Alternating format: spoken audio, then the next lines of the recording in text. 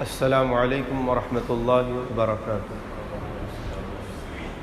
الحمد للہ رب العالمین وبہ نستعین وصلی اللہ تعالی علی خیر خلقہ محمد وعلی آلہ واصحابہ اجمعین، اما بعد۔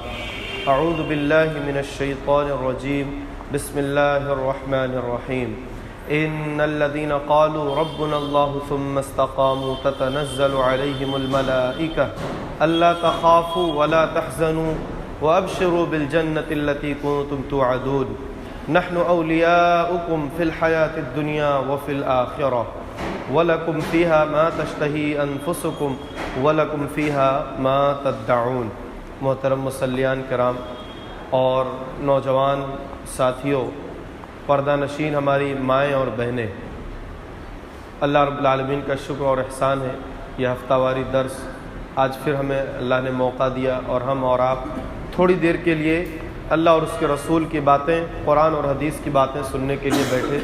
اللہ تعالی ہمارا یہ سننا بیٹھنا قبول فرمائے اور ہمیں عمل کی توفیق عطا فرمائے، آمین۔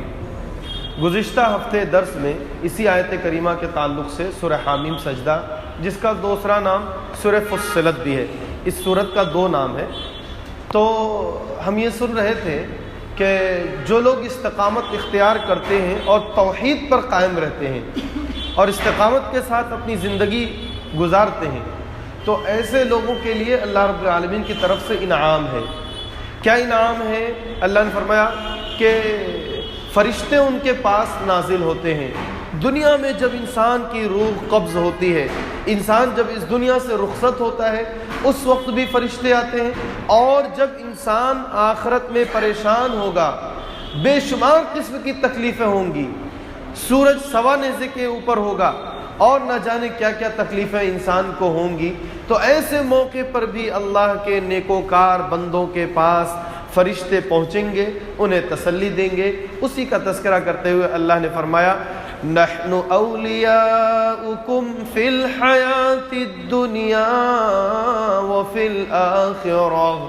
فرشتے کہیں گے کہ دیکھو ہم تمہارے دوست تھے، ہم دنیا میں بھی تمہارے پاس آئے تھے اور یہ آخرت میں بھی ہم تمہارے دوست ہیں۔ ایسا نہیں کہ صرف دنیا میں تمہارا ساتھ دیا، اور دنیا میں کہتے ہیں کہ ایسا نہیں صرف دنیا میں ہے تمہارے ساتھ، آخرت میں بھی تمہارے ساتھ ہم ہوں گے۔ اور تمہارے لیے کیا انعام ہے؟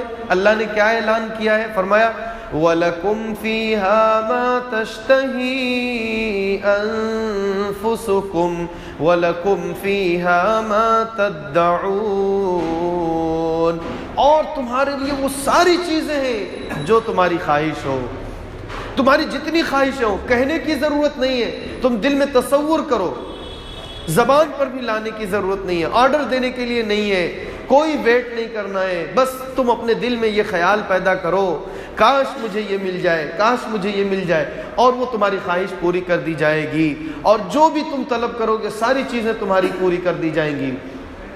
نزلا من غفور الرحیم، یہ اس رب کی طرف سے ایک تمہارے لیے مہمان نوازی ہے جو غفور ہے، جو رحیم ہے۔ تمہاری خطاؤں کو اس نے بخش بھی دیا جب تم نے اس سے معافی طلب کی، اور وہ تمہارے اوپر رحم فرمانے والا بھی ہے، تو اس کی طرف سے تمہارے لیے جو ہے دسترخوان سجایا جاتا ہے، مہمان نوازی کی جا رہی۔ اچھا، اب اس کے بعد اللہ نے ایک اور الگ انداز سے استقامت کے ہی متعلق ایک گفتگو کی ہے۔ دیکھیے، استقامت ہم نے پچھلی دفعہ بتایا تھا بہت عظیم چیز ہے، انسان کے لیے بڑی بڑی مشکلات کا سامنا کرنا پڑتا ہے۔ استقامت اختیار کرنے والے کے لیے اس دنیا کی زندگی کبھی کبھار تنگ کر دی جاتی ہے۔ امام احمد بن حنبل رحمۃ اللہ علیہ نے یہ قرآن پاک، قرآن مجید جو ہم اور آپ تلاوت کرتے ہیں، اس کے بارے میں کہا تھا کہ یہ اللہ کی مخلوق نہیں ہے، یہ اللہ کا کلام ہے۔ ہم اور آپ مخلوق ہیں، یہ اللہ کا کلام ہے اور اس کی صفت ہے۔ اور اس وقت کے بہت سے علماء سوء یا دین کا علم نہ رکھنے والوں نے ان کے تعلق سے یہ فیصلہ کیا کہ نہیں، اللہ کا مخلوق کہنا پڑے گا۔ اس کے نتیجے میں بادشاہ وقت نے کیا کیا اذیتیں دی۔ ایک جلاد جب ان کو مارتے مارتے تھک جاتا تھا تو پھر اس کے بعد دوسرا جلاد آتا تھا، لیکن وہ حضرت امام احمد بن حنبل رحمۃ اللہ علیہ اپنی بات سے کبھی نہیں پھرے۔ علماء نے لکھا ہے کہ اگر اگر امام احمد بن حنبل کہہ دیتے کہ قرآن اللہ کی مخلوق ہے تو شاید اس وقت پوری دنیا کے اندر دین کی اصل میں کتاب و سنت کا چہرہ ہے وہ باقی نہیں رہتا۔ تو استقامت اختیار کرنے والے کے لیے کبھی توحید کے لیے اور کبھی اس کے نیکیاں کرنے کے لیے بڑی بڑی مشکلات کا سامنا کرنا پڑتا ہے۔ اور بطور خاص ایک راہ ایسی ہے جس راہ میں استقامت ہر حالت میں انتہائی ضروری ہوتی ہے، اور اس راہی کو اگر ذرا سا بھی اس نے ڈھیلا پن اختیار کیا یا اس نے کچھ سستی اختیار کی تو وہ استقامت سے ہٹ جاتا ہے۔ وہ کون سی راہ ہے؟ قرآن کے الفاظ میں دیکھیے، اللہ نے فرمایا وَمَنْ أَحْسَنُ قَوْلًا مِّمَّنْ دَعَا إِلَى اللَّهِ وَعَمِلَ صَالِحًا وَقَالَ إِنَّنِي مِنَ الْمُسْلِمِينَ۔ اللہ نے فرمایا اس شخص سے بہتر اور کس کی بات ہو سکتی ہے؟ اس شخص سے بہتر اور کس کی بات ہو سکتی ہے؟ گویا سب سے بہتر بات یہ ہے کیا کہ جو شخص اللہ کی طرف لوگوں کو بلائے، وَعَمِلَ صَالِحًا، صرف دعوت کا کام نہیں کرتا، صرف لوگوں کی اصلاح نہیں کرتا، بلکہ خود بھی عمل کر کے بتاتا ہے، عمل کر کے دکھاتا ہے۔ اس کی زبان اور اس کا عمل ایک ہوتا ہے۔ اس کی زبان سے کچھ اور ہو، عمل کچھ اور کہے، ایسا نہیں ہوتا۔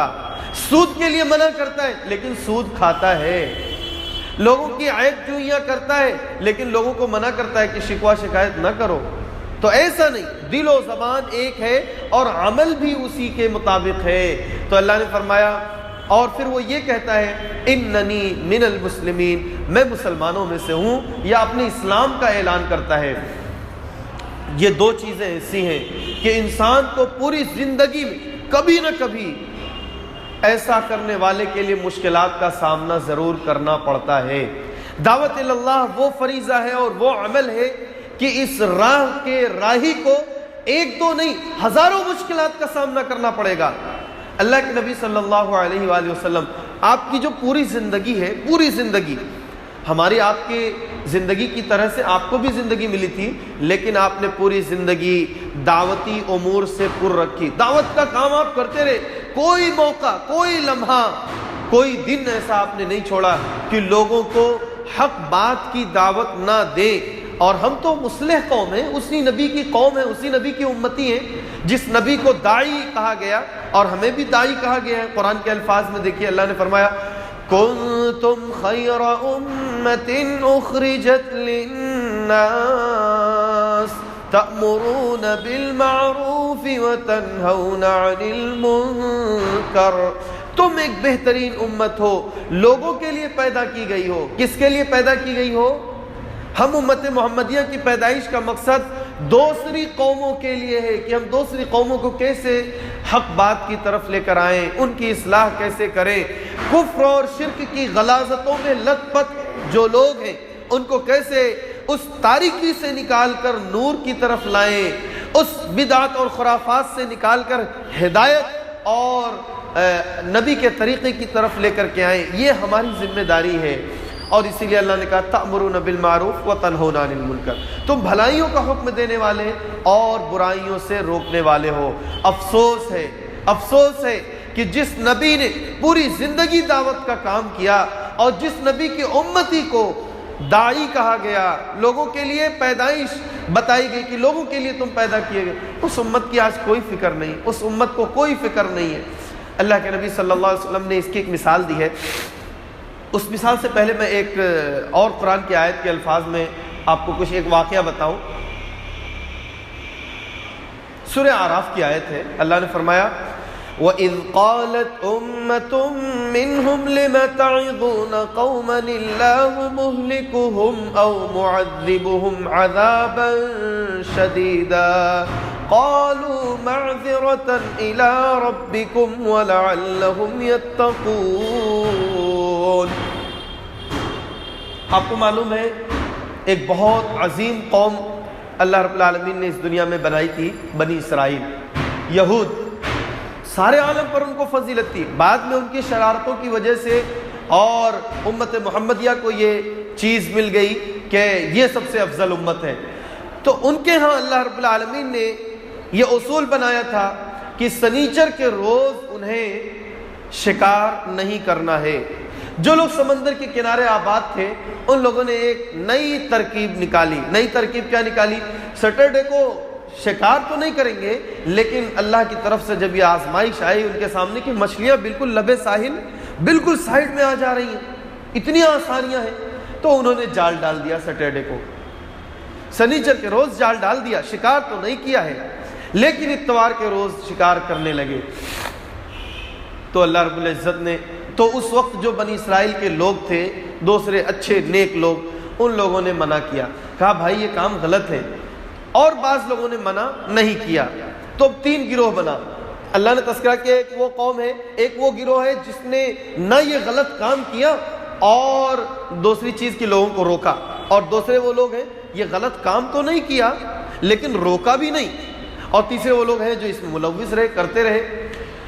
تو اللہ رب العزت نے فرمایا کہ ہم نے ان لوگوں کو نجات دے دی عذاب سے جن لوگوں نے نہ یہ مچھلیاں پکڑی اور لوگوں کو جو ہے حق کی دعوت بھی دیتے رہے، لوگوں کو حق کی دعوت دی اور مچھلیاں پکڑی بھی نہیں، تو ہم نے ان کو نجات دے دیا اور باقی لوگوں کو تباہ و برباد کر دیا، عذاب سے دوچار کیا۔ اور کیا عذاب کا؟ کونو قردۃ خاسئین، ایک ذلیل اور رسوا بندر بن جاؤ تم۔ اللہ نے ان کو بندر بنایا جانا یہ تو ہم میں سے ہر ایک جانتے ہیں نا، یہودیوں کو اللہ تعالیٰ نے بندر بنایا 3 روز تک، جب وہ بندر بن گئے تو چیخو پکار کی، روتے رہے ایک دوسرے۔ اب گھر میں کیسا لگتا ہوگا کہ کوئی بیٹا ہے وہ بندر ہے، کوئی باپ ہے تو وہ صحیح سلامت ہے۔ ایک گھر کے اندر جن لوگوں نے دعوت کا کام کیا، منع کیا بھائی یہ کام غلط ہے، نہیں کرو، سیٹرڈے کو اللہ نے روکا ہے تو شکار کے لیے جال بھی مت ڈالو، یہ تمہارا وہی عمل ہے جو اتوار کو کرنے والے ہو، جال ڈالنا بھی شکار کرنے کی مانند ہے، مت کرو ایسا، اللہ نے روکا ہے، منع کیا ہے۔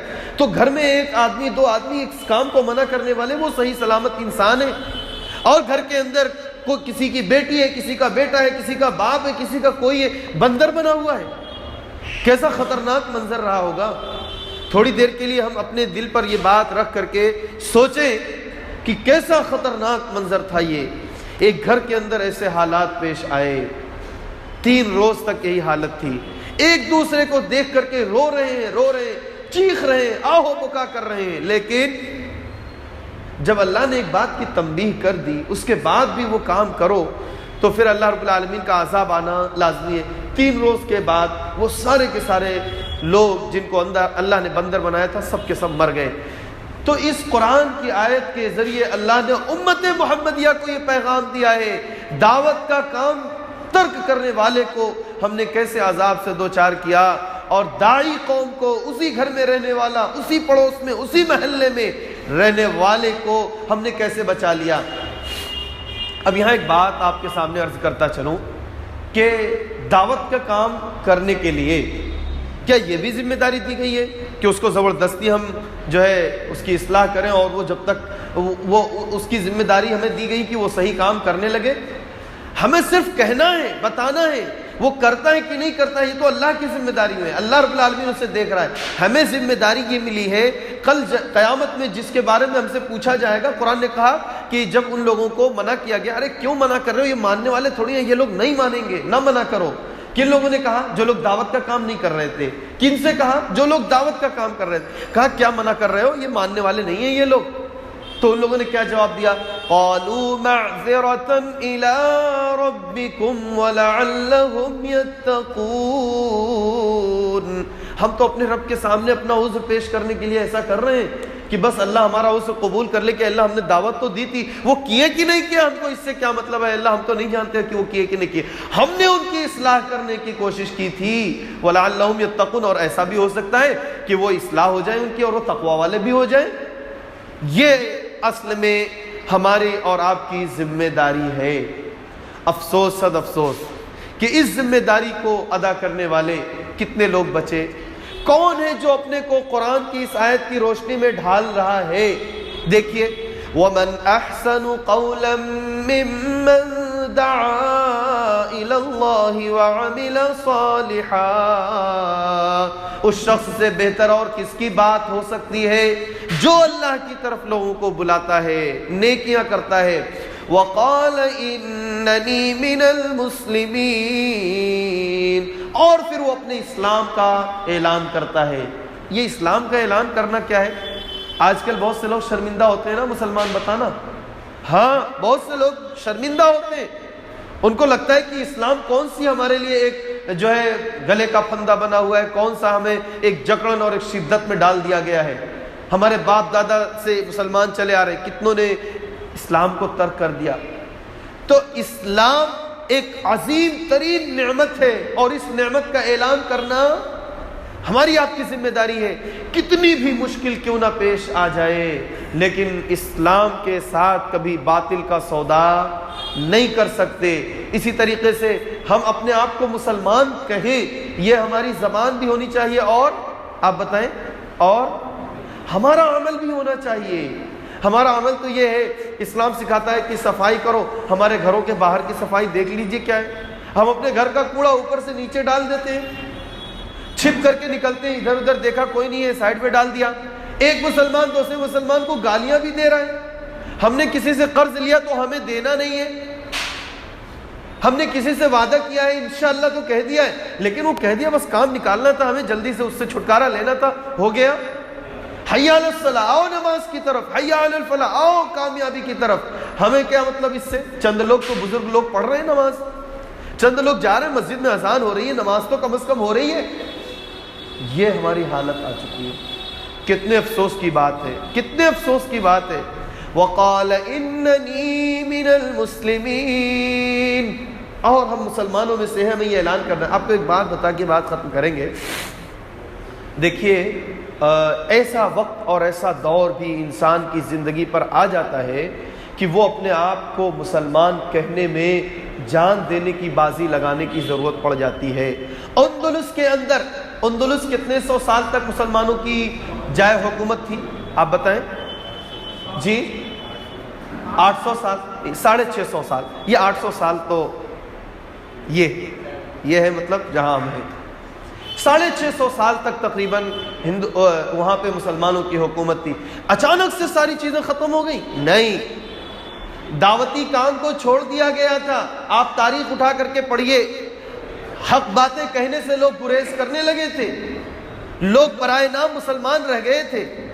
اب اس کے بعد باہر سے آنے والے لوگوں کو یا اس ملک سے سٹے ہوئے آس پاس قرب و جوار کے غیر مسلم یعنی عیسائیوں کو یہ موقع مل گیا کہ اب یہاں پر ہم اپنا سکہ جما سکتے ہیں۔ تو انہوں نے سب سے پہلے کیا کیا تھا پتہ ہے آپ کو؟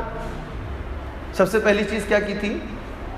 اس دور کے مسلمانوں کو علماء سے بدظن کر دیا تھا، مسلمانوں کو علماء سے بدظن کر دیا تھا۔ یہ علماء ایسے ہیں اور ایسے ہیں اور ایسے ہیں۔ اور کیوں بدظن کر دیا تھا پتہ ہے؟ ہر دور میں دو طرح کے علماء رہے ہیں۔ نمبر ایک علماء حق جو خالص کتاب و سنت کی روشنی میں دعوت کا کام کرتے ہیں۔ نمبر دو علماء سو۔ علماء سو مطلب وہ جو اپنے آپ کو مسلمان اور عالم ثابت کرنے کے لیے کوشش تو کرتے ہیں، لیکن ان کی باتیں قرآن حدیث سے ہٹ کر رہتی ہیں۔ معاف کیجئے گا، ڈیبیٹ کے سارے لوگ تو علماء حق نہیں ہوتے، علماء سو نہیں ہوتے، لیکن اکثریت۔ اب بھائی ڈیبیٹ میں آنے کا مطلب یہ کہ پہلے یہ طے ہو، اس کے بعد ڈیبیٹ میں آنا ہے، اور ڈیبیٹ میں تو وہی بولنا ہے جو ہم آپ کو دیں گے بولنے کے لیے۔ تو یہ کیا ہوتا ہے؟ پھر ان کی باتیں سنیے، چند سکوں میں اپنے آپ کو بیچ دیتے ہیں، اور اپنے آپ کو کیا بیچ دیتے ہیں؟ اپنی قوم کا سودا کر کے چلے آتے ہیں۔ معاف کیجئے گا، یہ چیز بڑی جو ہے سخت ترین ہے لوگوں کے لیے، لیکن ہم سب کو نہیں کہتے، جو لوگ کرتے ہیں ان کو تو ضرور کہتے ہیں۔ تو یہ جو کٹ ملا جن کو ہم اور آپ کہہ سکتے ہیں، یہ ایسے لوگ ہر دور میں رہے ہیں۔ تو سب سے پہلے انہی کا سہارا لے کر کے ان علماء سے جو علماء حق ہوتے ہیں ان سے بدظن کر دیا جاتا ہے لوگوں کو۔ جس قوم کے اندر رہبر اور رہنما نہ ہو، دینی اور مذہبی رہنما نہ ہو، وہ قوم کہاں جائے گی؟ وہ قوم ترقی پر ہوگی؟ اپنے دین کو چھوڑ کر وہ قوم آگے بڑھ سکتی ہے؟ نہیں جی۔ تو اب ہماری اور آپ کی ذمہ داری ہے ہم علماء اکرام سے، جو علماء حق ہیں، ان سے جڑ کر کے رہیں، ان سے سیکھیں، ان کا ساتھ دیں، دعوتی کام میں ہم ان کو اپنے ساتھ لے کر کے چلیں۔ کہاں کہاں ہمیں اصلاح کی ضرورت ہے، ہم اصلاح کی جو چیزیں، جو راستے دیکھتے ہیں اپنے گھروں میں، اپنے محلے میں، پڑوس میں، یا جو بھی شکلیں ہو سکتی ہیں، اصلاح کی کوشش کریں۔ یہی ہماری بنیادی ذمہ داری ہے، اور جب تک یہ قوم یہ ذمہ داری نبھاتی رہے گی تب تک اس قوم کے اوپر مصیبتیں اور پریشانیاں نہیں آئیں گی، ورنہ وہی حشر ہوگا جو حدیث پاک میں اللہ کے نبی صلی اللہ علیہ وسلم نے ایک مثال دی، جس کو میں کہہ رہا تھا آیت کے بعد بتاؤں گا۔ ایک کشتی ہے 2 منزلہ، نیچے والے لوگ کہتے ہیں کہ میں کہاں اوپر جاؤں، چڑھوں، اور اس کے بعد پانی ڈول نکالوں اور ڈالوں سمندر میں، پھر کھینچوں اور پھر اس بعد پانی لاؤں۔ نہیں، لاؤ یہی سوراخ کرتے ہیں، تھوڑا سا پانی نکال کر کے، اور اس کے بعد ہم استعمال میں لے لیتے ہیں۔ اور اوپر والے کیا کہتے ہیں؟ اوپر والے کہتے ہیں ارے جائیں، پانی تو نیچے والوں کو ضرورت ہے، ہمیں تھوڑی ضرورت ہے کہ ہم ان کو بلائیں دیں، اور پانی میں ڈوبیں گے تو وہ ڈوبیں گے، ہم کو کیا، ہم تو اوپر ہیں۔ تو کیا وہ دونوں بچ جائیں گے؟ سب تباہ ہو۔ یہ حدیث میں مثال دی گئی بخاری شریف میں۔ جی اللہ تعالیٰ سے دعا کیجئے کہ بار الہ ہمیں اور آپ کو کتاب و سنت کی صحیح سمجھ اور عمل کی توفیق دے۔ رب العالمین جو ہم میں پریشان ہیں ان کی پریشانیوں کو دور کر دے، جو بیمار ہیں انہیں شفاء کاملہ عاجلہ دائمہ عطا فرما۔ اے اللہ جو وفات پا چکے ہیں ان کی قبر کو نور سے بھر دے، انہیں جنت الفردوس میں جگہ عطا فرما۔ اے اللہ جن کے گھر والے وفات پائے ہیں انہیں صبر جمیل کی توفیق دے۔ اے اللہ ہم تمام مسلمانوں کو متحد ہو کر، متفق ہو کر ہمیں دین پر ثابت قدم فرما دے، اور اے اللہ ہمیں حق کا داعی اور مبلغ بنا، اور ہمیں سلف کے منہج کا پاسبان بنا، اور ہمارا خاتمہ ایمان پر ہو۔ آمین۔ والسلام علیکم ورحمۃ اللہ وبرکاتہ۔